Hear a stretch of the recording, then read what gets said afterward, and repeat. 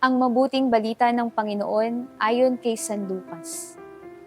Noong panahong iyon, ipinahayag ni Maria ang awit na ito.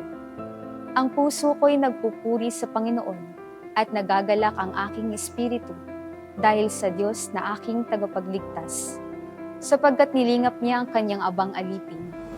At mula ngayon, ako'y tatawaging mapalad ng lahat ng saling lahi. Dahil sa mga dakilang bagay na ginawa sa akin na makapangyarihan. Banal ang kanyang pangalan, kinahahabagan niya ang mga may takot sa kanya, sa lahat ng salit-saling lahi. Ipinakita niya ang lakas ng kanyang mga bisi, pinangalat niya ang mga palalo ang isipan. Ibinagsak niya ang mga hari mula sa kanilang trono, at itinaas ang mga nasa abang kalagayan. Binusog niya ng mga mabubuting bagay ang mga nagugutom, at pinalayas niyang wala ni anuman ang mayayaman.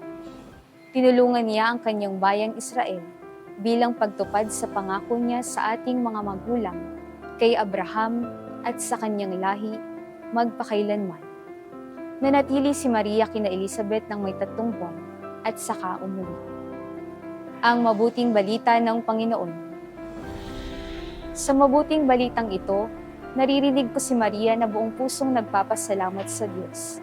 Hindi dahil perpekto ang sitwasyon niya, kundi dahil nakikita niya ang kabutihan ng Diyos sa gitna ng kanyang pagiging simple at hamak. Hindi niya inangkin ang kadakilaan, kundi kinilala niya ang sarili bilang isang abang alipin na pinagkalooban ng biyayang nagmumula sa Panginoon.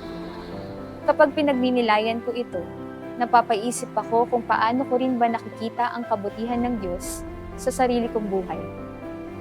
Sa buhay ng tao, minsan may pagkakataong nasisilaw ako sa mga bagay na pansamantala, tagumpay o yaman, pagkadismaya sa mga bagay na hindi agad natin nakukuha.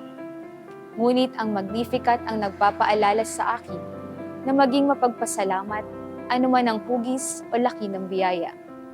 Maaaring ang pagpapala sa akin ng Diyos ay hindi laging nakikita, ngunit laging nararanasan at ramdam ng taong palaging may pusong mapagpasalamat.